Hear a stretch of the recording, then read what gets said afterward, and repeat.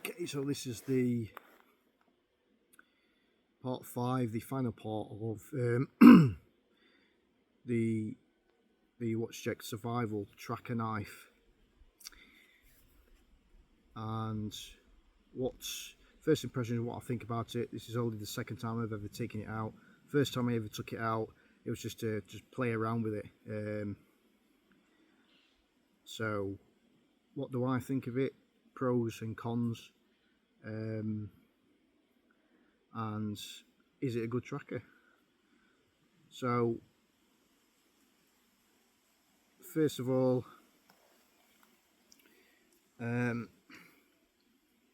so the size, I'll discuss the size. The size for me is perfect. This is the size that I think, in my opinion, that a tracker is supposed to be. So it's not too long, not too short, and perfect. The balance is absolutely perfect. So there's just enough weight at the front, the top portion, to do some really good chopping. And as you saw in the video, I was actually quite shocked on how well this actually chops for being a relatively lightweight tracker knife. The only other tracker knife that I've used that was probably lighter than this was the Brock tracker, and it was a good knife, but it was way too light for even light chopping. But this, because of the design of it, what Ryan Lawson has done, it's just really nice balance. I think I would have probably liked it to be slightly more heavier at the front, because although this is actually a good chopper for the size, I do feel if it was slightly heavier it would be even better. But for what it is, it's a brilliant chopper. Makes short work of even a 2, as you saw in the video, the 2-inch, probably just over 2-inch log. So yeah, it's really nice to work with this when you're chopping with it, and it's just the right balance. It's really nice to hold. So the steel, D2 steel, I explained in part 1. My experiences with D2 steel, which has not been good, to be honest with you, but this is different. This is probably the best D2 steel knife I've used in the years that I've used D2.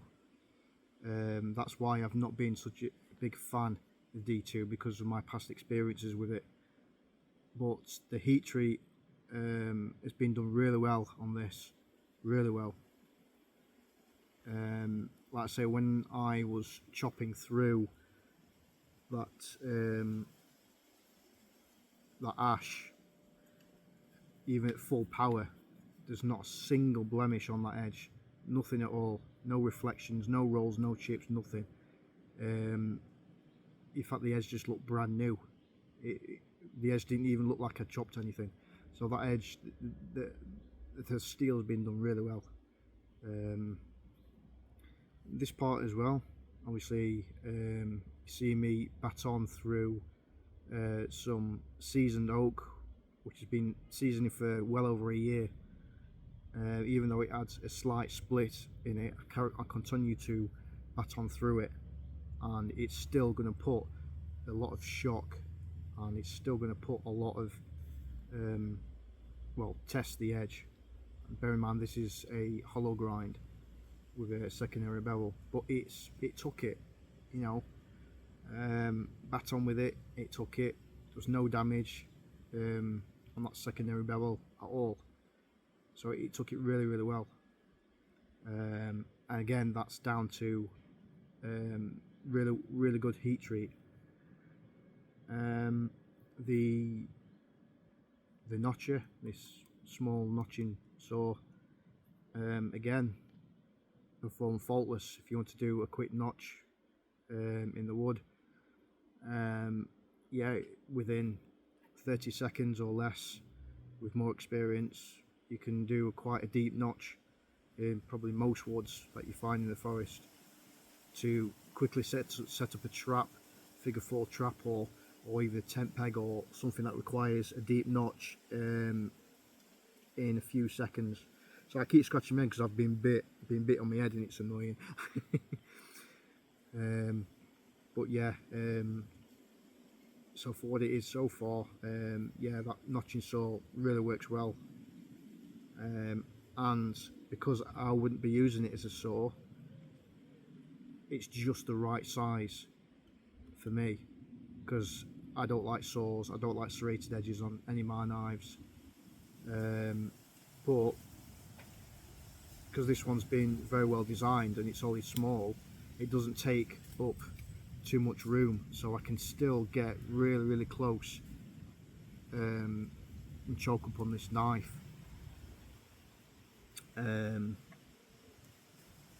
So yeah, so I don't mind that bit.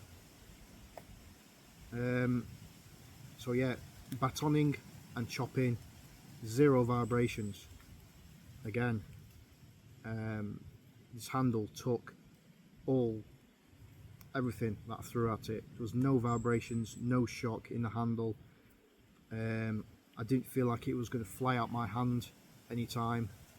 So the handle design is, it's done its job. I probably, if I was the knife maker Ryan, and I wanted to up my budget just a little bit more, I probably would have swapped the G10 for my Carter. It's slightly more grippy, a bit more comfortable as well. But apart from that, for the price point, the handle took everything.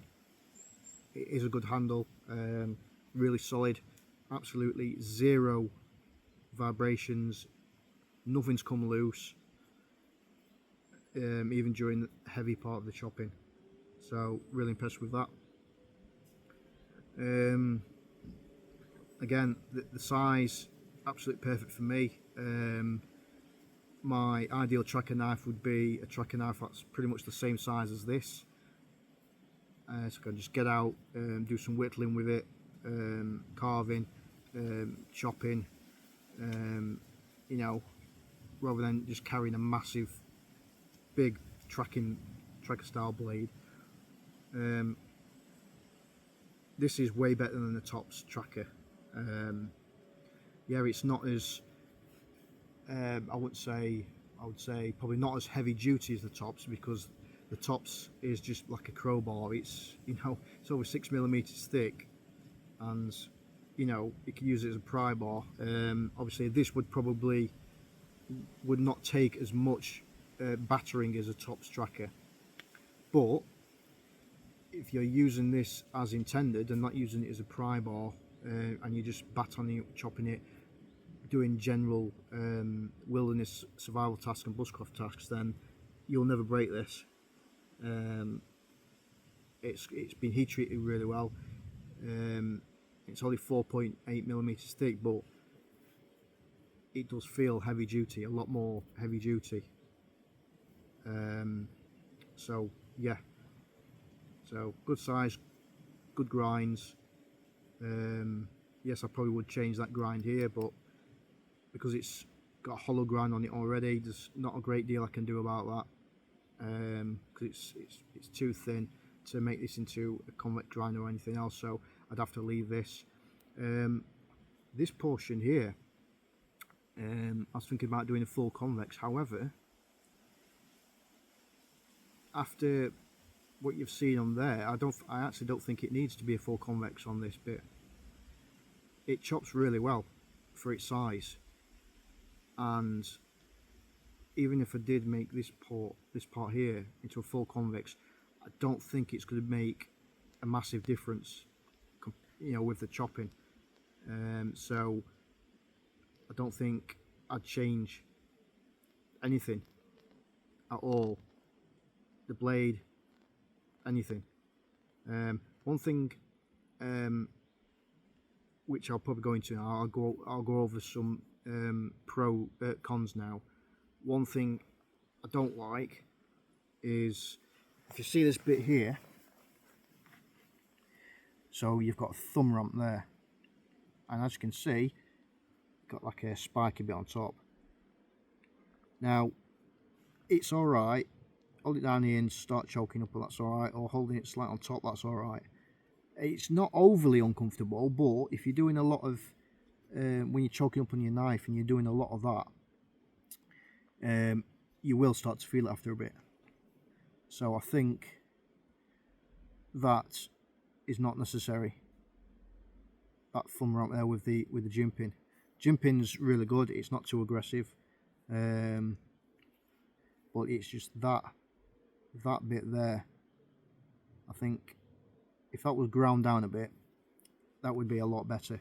But this is just for me. This is my, you know, this is the modifications I would do in this design. But the biggest, I think, con with this knife is the handle shape. And it's not just me, a lot of people have said this about the handle as well. So although the handle's been done really well, there's no vibrations, no shock whatsoever, but I'm talking about the comfort. Now I know it's not supposed to be a bushcraft knife and you're not supposed to use it in hours and ends, but if this was the only knife that you had in the wilderness, then you'd want it to at least have some comfort so you can use it for long periods if this was your main tool. And for me, and I knew straight away, because I'm a big handle guy, I knew straight away as soon as I took it out of the box that I wasn't going to get on with that handle, and I don't. I can probably, it's something that I could live with, but I'd have to go away and think about. I think if I took these scales off and maybe put some thicker scales on, it's like ebony or micarta or something like that, then I think it would probably make it a little bit more comfortable for my hands, because I've got like medium to large hands. But when you're choking up and like doing things like this, you know, just like that, this bit here really digs into your hand. It really does. Even when you've put it in the correct position. So if you look at these notching, you can put your fingers in there and then really choke upon it. You still feel it. And other people that's reviewed this knife, not just me, has said the same thing. You know, I know the reasons behind it, I know the reasons why he did it, but for me it wasn't necessary. So I think this part here needs to be thicker, more rounded, and it just feels blocky, really blocky. So it feels kind of really sharp corners. So all these corners here are really sharp and they really dig into your hand when you choke up on it. And especially this, when you're doing the chest lever cut. Doing the chest lever cut, I do it like this. Yes, you can do it like that, but you've still got this bit here digging into your hand, which is no good. And you can't even do the reverse grip on here when you're doing a chest lever cut, because again, when you do the reverse grip, you can see what's happening. This bit here is digging into your hand, and really hurts when if you try and do it that way. So the only way, if you're using a reverse grip to do a chest lever cut, is to hold it down there. But if you hold it down there, you've lost that stability. Yeah. So the other way to do a chest lever is if you use this part of the handle, this thumb scallop here, and just do it like that, but it's still going to hurt your finger. So this bit here used to be probably less pronounced, and I think if I put thicker scales on here and then round it all off, I think this will be a really comfortable handle, with 2 different positions. So yeah, so that's really about the cons, really. So like I say, the 2 biggest cons is the thumb ramp there, it's pointy, doesn't need to be, and the handle shape. So, but apart from that, everything else, absolutely amazing. Love it, brilliant. It's definitely the best for this size and this design tracking knife that I've used. And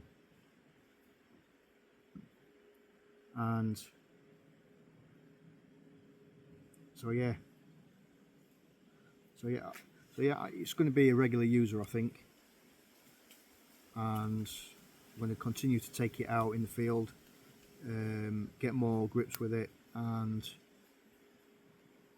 I will have a serious think about what I'm going to do about this handle. See if I can even get used to it, or if I can't get used to it, I'm going to trial it for a few weeks. If I still can't get used to this handle, then I will probably take the scales off and put some thicker scales on there. Well, I'm not too sure what I'm going to do yet, but yeah, brilliant tracking knife, really good. Yeah, definitely, highly recommend it. But unfortunately, it is discontinued now. I don't know, I'll have to email him. I don't know if he's going to be making any more. I'm not too sure. Hopefully he will, because it is a cracking little tracker knife. It really is. It'll be a shame if he doesn't make any more. But yeah, so that's it. I will continue to take this out in the field for a few weeks and then get back to you. And I'll keep you guessing to see if I'm going to put a new handle on it or not. So I'll see you again in a few weeks, where I'll draw my final conclusions when I've had a little bit more seasoning with it. So thanks for watching, and this is a 5-part video. So just obviously, to make sense, just watch part 1 to 5, and yeah, keep bushcrafting, keep going outdoors, and catch you in another video. Bye for now.